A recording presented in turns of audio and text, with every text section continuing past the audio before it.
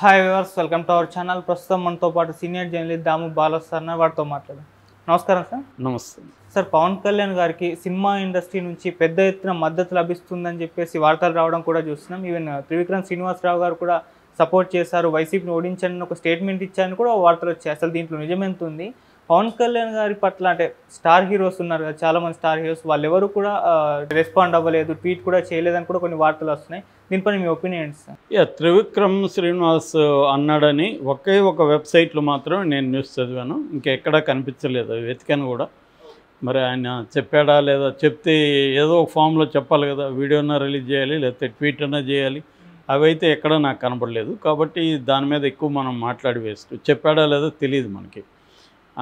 అయితే ఆ సైట్లో ఏం రాశారంటే త్రివిక్రమ్ శ్రీనివాస్ వైసీపీని చిత్తుగా ఓడించండి అని పిలిపించాడని రాశారు. ఇప్పుడు ఏంటంటే ఎన్నికల దగ్గరకు వచ్చేసరికి అనేక ఫేక్ న్యూస్లు స్ప్రెడ్ అవుతూ ఉంటాయి.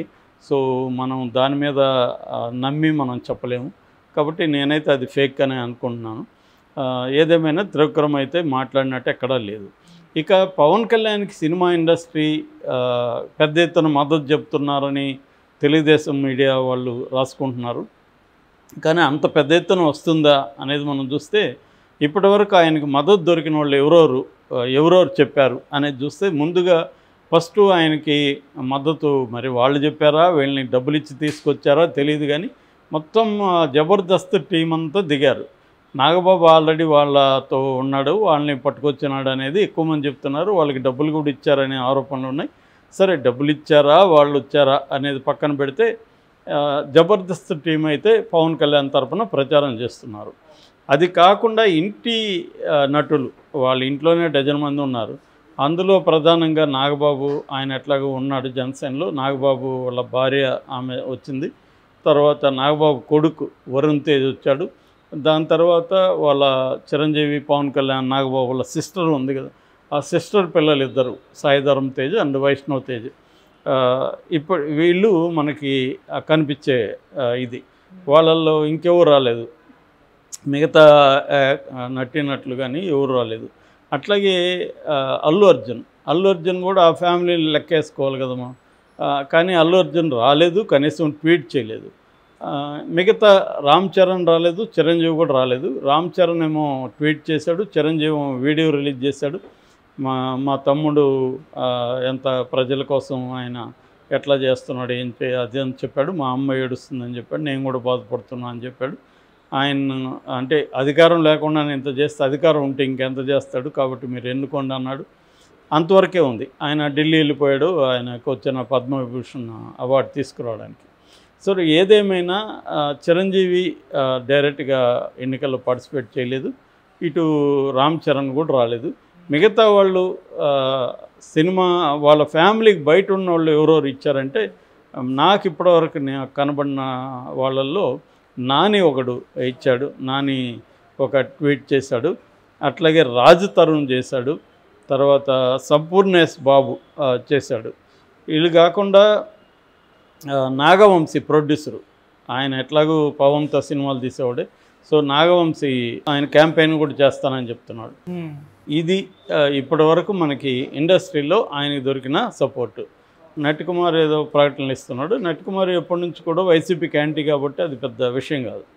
సో ఇంత తప్ప ఇండస్ట్రీలో చాలామంది ఉన్నారు కదా హీరోలు. మహేష్ బాబు ఉన్నాడు, ప్రభాస్ ఉన్నాడు, జూనియర్ ఎన్టీఆర్ ఉన్నారు, ఇలాగా బోల్డ్ మంది హీరోలు మనకు ఉన్నారు కదా. సో ఈ హీరోలు ఎవరు కూడా పవన్ కళ్యాణ్కి కనీసం ఆల్ ద బెస్ట్ అని కూడా చెప్పలేదు. దీనికి కారణం ఏంటంటే రాజకీయాల్లో సినిమా వాళ్ళకి తలదూరిస్తే ఇబ్బందులు ఉంటాయనేది వాళ్ళకి తెలిసిన విషయమే. ఇప్పుడు జగన్కి సపోర్ట్ చేసినా తెలుగుదేశం కేడరు, పవన్ కళ్యాణ్ కేడరు అందరూ యాంటీ అవుతారు. ఇటు పవన్ కళ్యాణ్కి సపోర్ట్ చేస్తే ఇంకా స్టార్ట్ చేస్తారు, వైసీపీ వాళ్ళు అటాక్ స్టార్ట్ చేస్తారు, వాళ్ళు భ్రష్టు పట్టిస్తారు. ఇంకా అక్కడి నుంచి వాళ్ళ సినిమాల మీద నెగిటివ్ క్యాంపెయిన్ ఉంటుంది. ఇలాగా ఇబ్బందులు ఉంటాయి. అందుకని వాళ్ళకి ఏంటంటే పాల్గొంటే యాక్టివ్గా పోయి రాజకీయాల్లో పాల్గొనాలి, అప్పుడు అది ఫేస్ చేయొచ్చు. అట్లా కాకుండా ప్రకటనలు ఇచ్చో ఇంకోటో ఇచ్చితే వాళ్ళ కెరీర్ మీద ఎఫెక్ట్ ఖచ్చితంగా పడుతుంది. ఇప్పుడు నాని మీద ఖచ్చితంగా, నానికి యాంటీగా ఆల్రెడీ స్టార్ట్ చేశారు వైసీపీ వాళ్ళు. సో రేపు ఆ సినిమాల మీద కూడా పడే అవకాశం ఉంది. రేపు మళ్ళీ వైసీపీ వచ్చినప్పుడు కూడా నాని సినిమాలు రిలీజ్ అయ్యే చోట ఇబ్బంది పెట్టచ్చు. అట్లాగే జనం కూడా ఆ సినిమాలు నాని సినిమాలకి నెగిటివ్ క్యాంపెయిన్లు కూడా బలంగా చేస్తారు. ఇవాళ ఒక సినిమా రిలీజ్ కాకముందు నుంచి కూడా నెగిటివ్ క్యాంపెయిన్లు కానీ మొదలైతే ఖచ్చితంగా దాని ఎఫెక్ట్ ఆ సినిమా మీద ఉంటుంది. ఎందుకంటే సినిమా అనేది పబ్లిసిటీ మీద ఆధారపడింది. ఆ సినిమా బాగుందో లేదో ఎలా తెలుస్తుంది? ఆ పబ్లిసిటీని బట్టి, ఆ గతంలో ఆ హీరో సినిమాలను బట్టి ఆడియన్స్ ఈ సినిమాకు పోదామని నిర్ణయించుకుంటారు. కానీ ముందు నుంచే నెగిటివ్గా స్ప్రెడ్ చేసినప్పుడు ఏందో నెగిటివ్ కూడా చెప్తున్నారులే, ఎందుకు మనం 500 1000 ఖర్చు పెట్టుకొని ఆ సినిమాను చూడాలా, చూసి వచ్చి రిలీజ్ అయినాక బాగుందంటే అప్పుడు వెళ్దాం అని ఆగుతారు. సో ఈ ఓపెనింగ్ 3-4 రోజులే ఇంపార్టెంట్.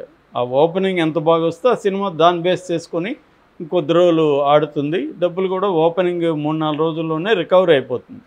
కానీ ఈ ఓపెనింగ్ని రానియకుండా ఏం చేస్తున్నారంటే నెగిటివ్ స్ప్రెడ్ చేస్తున్నారు. ఈ నెగిటివ్ టాక్ స్ప్రెడ్ చేయడం వల్ల కెరీర్ మీద పడుతుంది.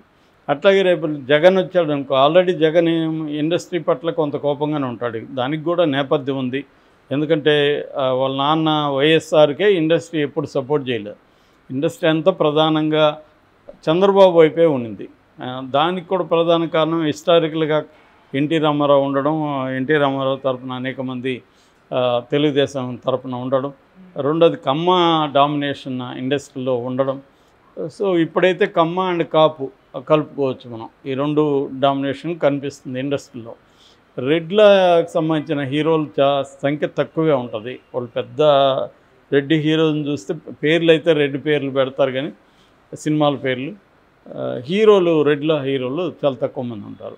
ఇంకా మిగతా కులాలలో అనేది వెరీ నామినల్, అవి బీసీలు కావచ్చు, ఇంకా ఎస్సీలు ఇలాంటివి.